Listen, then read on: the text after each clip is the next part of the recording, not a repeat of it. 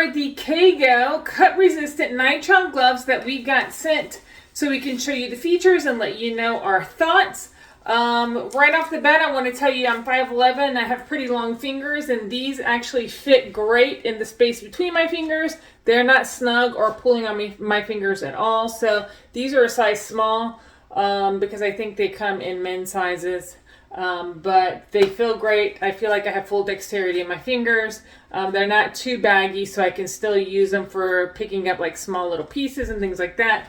I'm a flight attendant, so I got these to protect from exploding cans during the summer, and I think they will do great. They have this gripping material in the palm, which will help me grab the cans and hold them in my hand. They do say this minimizes the potential of cuts. So it's not full cut protectant, but it is cut resistant. If there's any compromise in the glove or it's defective in any way, they say not to use them operating heavy machinery, just so you can get the ultimate protection. You don't want to have a hole and accidentally cut your finger where that hole is. So these gloves fit great, and we would highly recommend.